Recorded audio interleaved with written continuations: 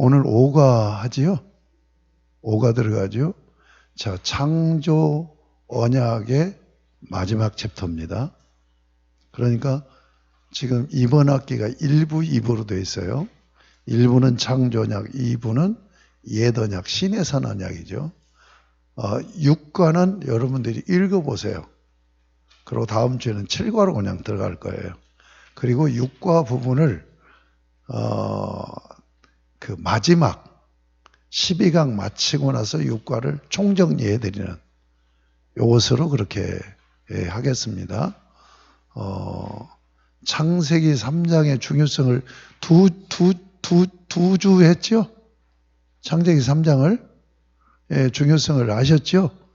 여기 여러분이 그러니까 꼭 기억해야 되는 건 성경 전체 보는 시각에 성경 전체가 뭘 얘기하는 거예요?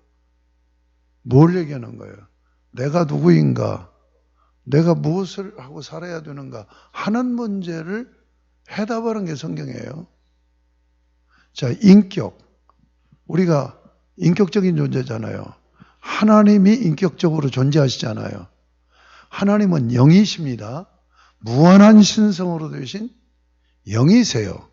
그런데 그 영이신 하나님이 영으로 다가오면 우리는 하나님과 관계가 안 됩니다. 그래서 영으로 다가오는 하나님을 믿는 종교는 우리하고 관계가 안 돼요. 그래서 이걸 이신론이다라고 얘기해요. 그러니까 초월해 계시는 거예요.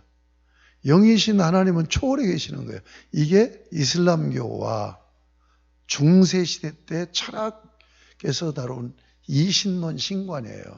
그러니까 신이 이 세상을 만들어 놓고 법칙을 만들어서 법칙에 의해서 운영되게 하고 손을 떼버린 거예요. 초월해 계신 거야. 그러면 법칙을 만들어 놓고 운영되게 한 것이 뭐예요? 운명론이죠. 기계론, 운명론. 동양 철학 이런 것도 다 그겁니다. 기계론이에요. 손을 떼버린 거예요. 이게 초월신, 초월하신 신이에요. 그런데 우리는 어떤 하나님을 믿어요? 그 영이신 하나님이 인격으로 존재하시는 거예요. 그 하나님을 일컬어 뭐라고 해요? 삼위일체 하나님이라고 하죠. 성부인격, 성자인격, 성령인격. 제가 말씀드렸잖아요. 인격이라는 것을 하나님에게는 신격이라고 하지 않고 육격이라고 표현한다고 그랬죠. 그래서 성부육격, 성자육격, 성령육격에서 삼육격으로 된 일체. 일체는 뭐예요? 한 하나님인데 하나님 내신적이라고 그런 표현을 하죠. 신의 그 안에서 새 인격이 존재한단 말이에요. 인격이. 그러니까 인격은 관계를 한다고요. 그러니까 우리가 하나님의 형상으로 지어졌다는 것은 영이신 하나님의 영적인 존재로 지어진 거죠. 그래서 인간만이 종교적인 존재예요. 인간 외에는 종교가 없어요. 그렇잖아요? 영이신 하나님을 닮았기 때문에 그렇단 말이에요. 그리고 인격은 뭐예요? 관계라고 해요, 관계. 그래서 하나님이 인격으로 계시니까 우리하고 관계를 하시는 거야. 아시겠습니까? 그래서 우리는 운명론이 아니죠. 뭐예요? 예정론이죠. 예정론은 뭐예요? 인격과 인격이 관계를 하는 거예요. 그래서 예정론의 핵심 구절이 뭐예요? 합력하여서 선을 이루신다. 인격과 인격이 서로 관계를 통해서 합력해서 선을 이루는 거예요. 이해가 되십니까? 그래서 우리가 인격적인 존재니까 인격적인 하나님과 관계가 되고 또 인격으로 만든 하나님의 형상으로 만든 우리 이웃과 관계가 되는 거예요. 하나님과 이웃과 관계하는 존재예요. 자, 그러면 인격의 특성이 있다고 그랬죠. 인격은 두 가지 특성이 있다고 그랬죠. 하나는 뭐예요? 자기 의식을 하는 존재예요. 인간만이 자기 의식, 식물이 내가 누구인가? 내가 무엇을 해야 되는가? 이런 질문을 하냐고요. 아니, 여러분 강아지들 키우잖아요. 강아지가 다니면서 내가 누구인가? 내가 무엇을 하고 살아야 되는가? 강아지가 그러면서 살아요? 인격적인 존재인 하나님과 우리 인간만이 자기의식을 한단 말이에요. 그 자기의식이 뭐예요? 내가 누구인가? 내가 무엇을 하시는가? 그 다음에 인격의 특성, 두 번째 특성은 뭐예요? 자기결정하는 존재예요. 자기결정하는 존재는 하나님과 우리 인간밖에 없어요. 인격이기 때문에. 아시겠습니까? 에? 짐승들이 자기결정하냐고요? 아, 나 학교 가야지 하고 학교 다니고 그래요? 안 그렇단 말이에요. 이해가 되십니까? 그러니까 성경은 뭐냐? 너 인격적인 존재로서 네가 누구인가? 네가 어떻게 살아야 되는가? 이것을 말하는 게 성경 전체란 말이에요. 그래서 창조 언약에서 문화명령, 언약 들어가기 전에 문화명령에서 그걸 얘기하잖아요. 아이덴티티와 미션. 우리가 누구예요? 하나님을 닮은 형상이다. 인격적인 존재다. 우리가. 그 다음에 우리가 무엇을 하고 살아야 되는가? 미션이에요, 미션. 왕권을 위임받아서 산다. 여러분, 여기서 또 하나 주지해야 될 것은 뭐냐? 우리가 살아가는 삶은 그냥 사는 게 아니에요. 미션입니다, 미션. 사명을 감당하는 것이 삶이란 말이에요. 미안해요. 미안합니다. 강의 중입니다.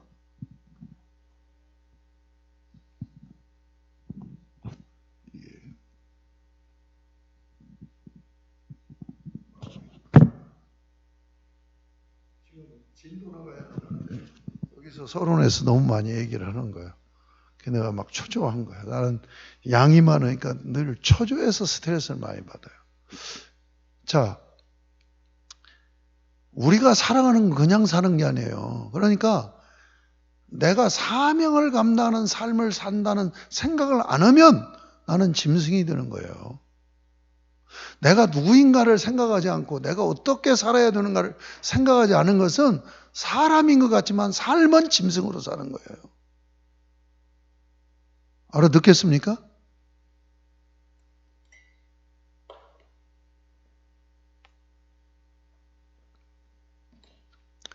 자, 하나님의 형상으로 짓고 왕권 위임하는 사명감다로 이 세상을 살게 한 거예요.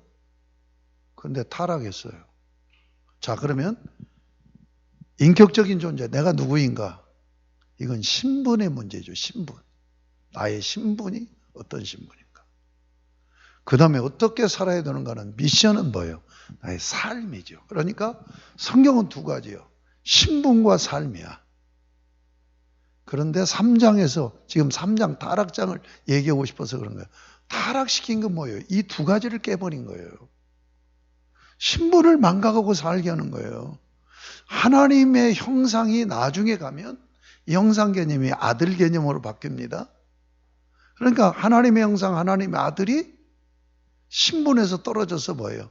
죄의 노예가 되어버린 거죠. 영적으로는 마귀의 자식이 된 거예요. 요한복음 8장 44절에 보면 예수님께서 너희 아비 마귀에게서 났으니 이렇게 얘기하잖아요. 그리고 타락시킴으로 뭘 한 거예요? 사명을 잃어버리게 만드는 거예요. 삶을 깨버린 거란 말이에요. 그러면 구원이 뭡니까? 이 두 가지를 회복하는 거예요.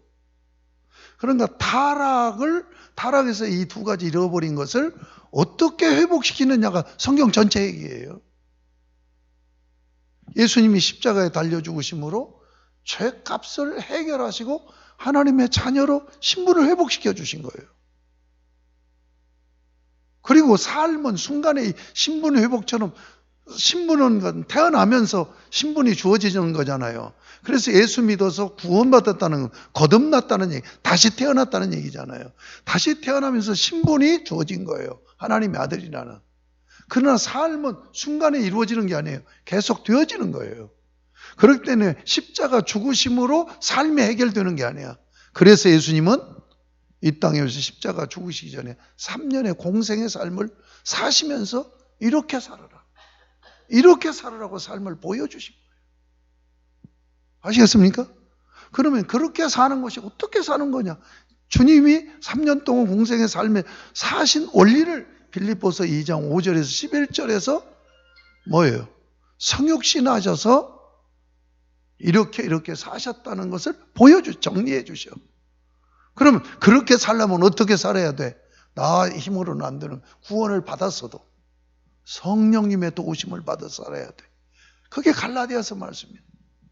그래서 성령을 쫓아 살면 인격의 변화가 와서 성령의 열매를 맺어. 이게 갈라디아서 말씀이에요. 그리고 성령을 쫓아 살면 내가 사명적인 삶을 살도록 뭘 주느냐? 은사를 주셔. 그러니까 성령의 열매와 성령의 은사로 우리로 하여금 살게 하시는 거예요. 예수님이 공생의 삶을 사셨던 거죠. 아시겠습니까? 그러니까 예수님이 육신을 입고 이 땅에 오신 이유가 두 가지예요.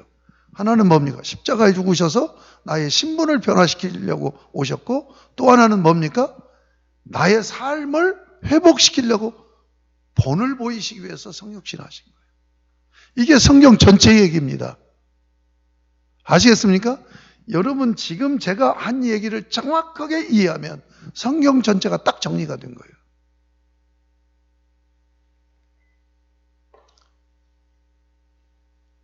그러니까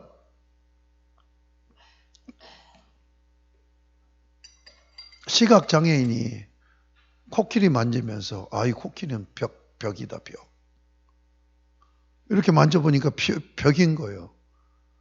그러니까 성경 전체를 이해하지 못하고 부분만 보면은 꼭 장님이 코끼리 엉덩이 만져보고 이건 벽이다라고 얘기하는 것과 똑같은 얘기란 말이에요. 뭔 말인지 아시겠죠? 그래서 이 성경의 맥공부가 중요한 거예요. 제가 지금 제 지인 주변 목사님들이 이거 CTS나 CBS에서 목사님 반드시 이거 강의해야 됩니다. 그래서 나도 그런 의욕을 좀 가지고 있어요. 그래야 한국교회 이게 널리 보급되지 않는 거예요. 지금 이 교재를 만들려고. 성경의 맥공부를 몇 분이 해요. 그런데 내가 볼 때 아니야. 그렇게 맥공부하는 게. 지금 성경 딱 정리가 되지요. 그러니까 신분과 삶이라니까. 그런데 이걸 깨버린 거예요.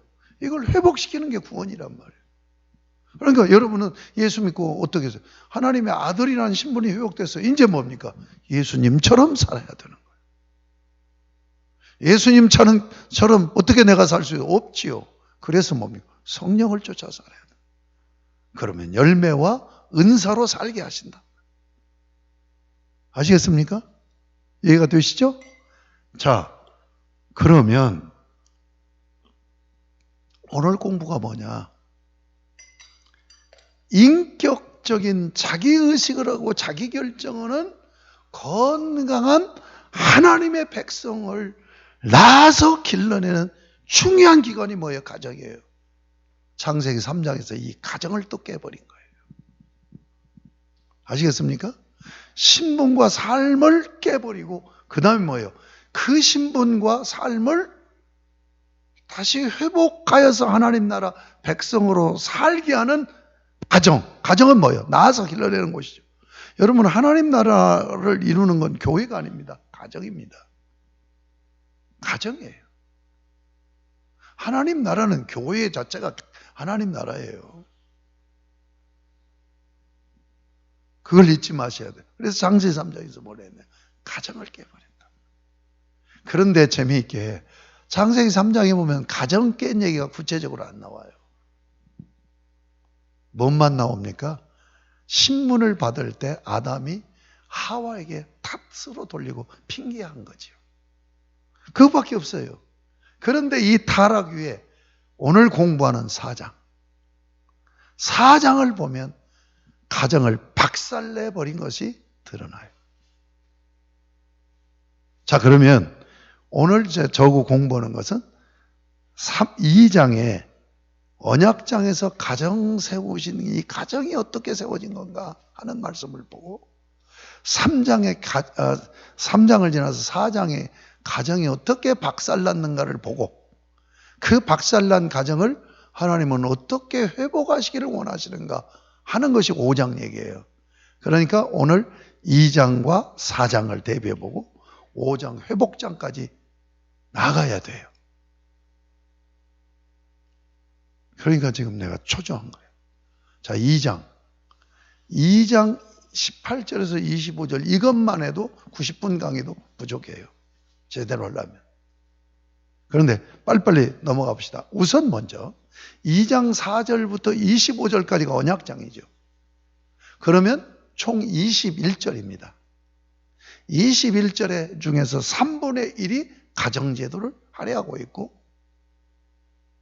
단어로 한다면 훨씬 더 많아요, 양이. 18절에서 25절까지. 자, 언약을 맺어놓고 언약 백성에게 주신 자기 주권 선포가 뭐라고 그랬어? 섬김이라고 그랬죠. 그 섬김을 뒷받침하기 위해서 세 가지 제도. 첫째가 뭐예요? 안식일 제도, 하나님 섬겨라. 노동제도, 이웃 섬겨라. 하나님 섬기고 이웃 섬기라는 이 두 가지 제도가 시내산 언약에서는 십계명으로 담아진 거죠. 그렇죠? 그런데 세 번째 제도가 뭐예요? 가정제도예요. 그런데 이 가정제도는 엄청난 양으로 말씀하고 있다 하는 것을 먼저 상기하고 18절을 읽으세요. 18절 같이 읽겠습니다. 시작.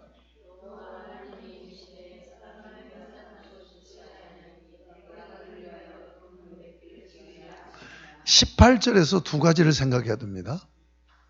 먼저 돕는 배필이에요. 이게 결혼관입니다. 결혼관. 결혼관이 뭐냐? 도우러 가는 거예요. 뭐로 결혼해요? 섬기러 결혼하는 거예요. 섬기러 가는 거예요. 그러니까 나는 섬기러 가야 되겠다는 결혼관을 확실히 갖고 시집가고 장가가면 가정이 건강할까요? 안 건강하죠. 왜 가정이 깨지는 거예요? 섬기러 간 게 아니라 섬김 받으려고 갔기 때문에 깨지는 거죠. 안 그렇습니까? 자, 그러면 우선 여기서부터 생각을 해봐야 돼요.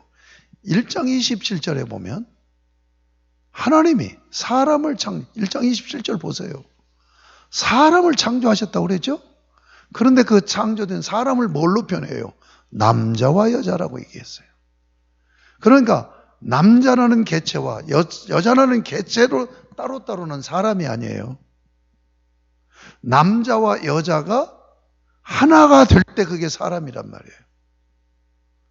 여러분, 한문은요, 우리 하나님 말씀, 하나님 종교를 그대로 담고 있어요. 그래서 한자로 본 성경리에 나도 그 책을 두 권이나 갖고 있어요. 재밌는 건 배선자 있죠. 배선자. 배선자는 세 가지로 구분되어 있어요. 배를 나타내는 것과 그 다음에 팔자가 있고 밑에 입구자가 있어요. 여러분, 배선자가 뭐예요? 노아의 8식구라는 얘기예요.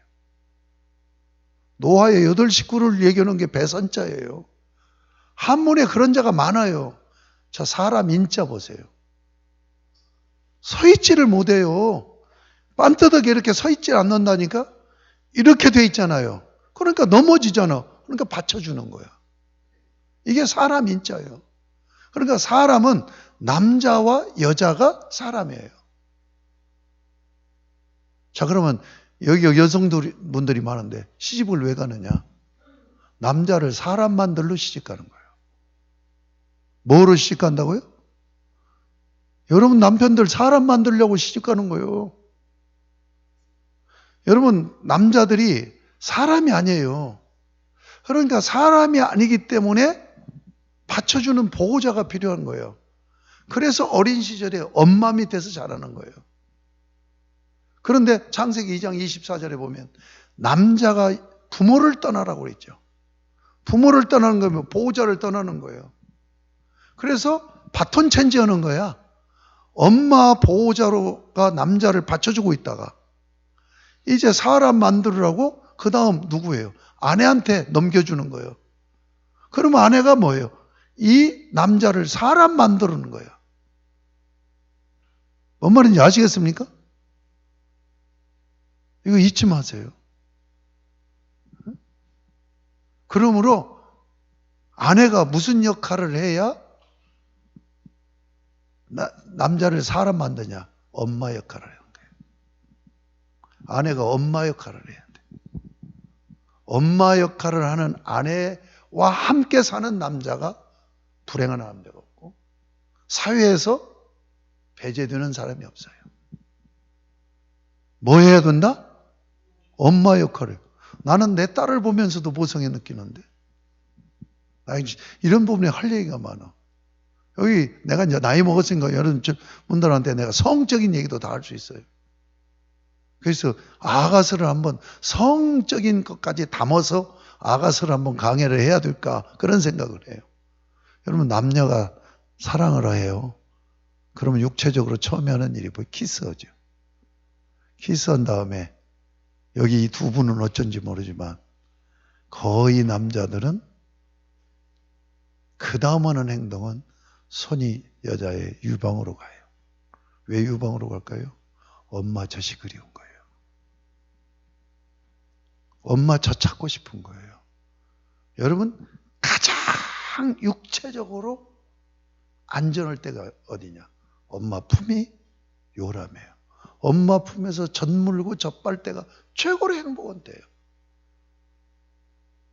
여러분 내가 상담학을 공부했잖아요. 대학원에서. 예? 대상관계 이론이라는 학과목이 있어요. 대상관계 이론이 뭔 줄 압니까? 우리 사람은 본래적으로 태어나면서부터 상처 입고 살았다. 대상관계 이론은 뭐냐면 다 태어나갖고 얼마 동안은 이 아이가 엄마와 자기를 구분을 못해요. 엄마가 자기고 자기가 엄마인 거야. 동일시를 시켜. 그러다가 어느 시점에 가면은 이 아이가 눈이 열리면서 엄마가 내가 아니고 타인이네. 이게 대상으로 느낀단 말이야. 이게 대상관계 이론이야. 이 대상으로 느낄 때 뭘 하느냐? 엄마는 젖을 때. 그러니까 젖댈 때 이 아이는 엄마가 내가 아니라는 걸 아는 거예요. 젖만 떼는 게 아니야. 오줌똥 가리게 하려고 볼게 때리면서 야단을 친단 말이에요. 그러니까 엄마하고 내가 동일하다고 생각하고 있다가 엄마가 내가 아니고 타인이네 할 때 엄마가 나를 공격하는 거예요. 그러니까 내가 처음으로 만난 대상이 나에게 폭력을 행하는 거예요. 그래서 여기서부터 상처가 있다. 우리 인간은 모두가 다 그래서 그때부터 상처를 입고 그러니까 나중에 그 부모 환경이 잘하냐 잘못하느냐 이 상처가 아니라 여기서부터 상처가 시작된다.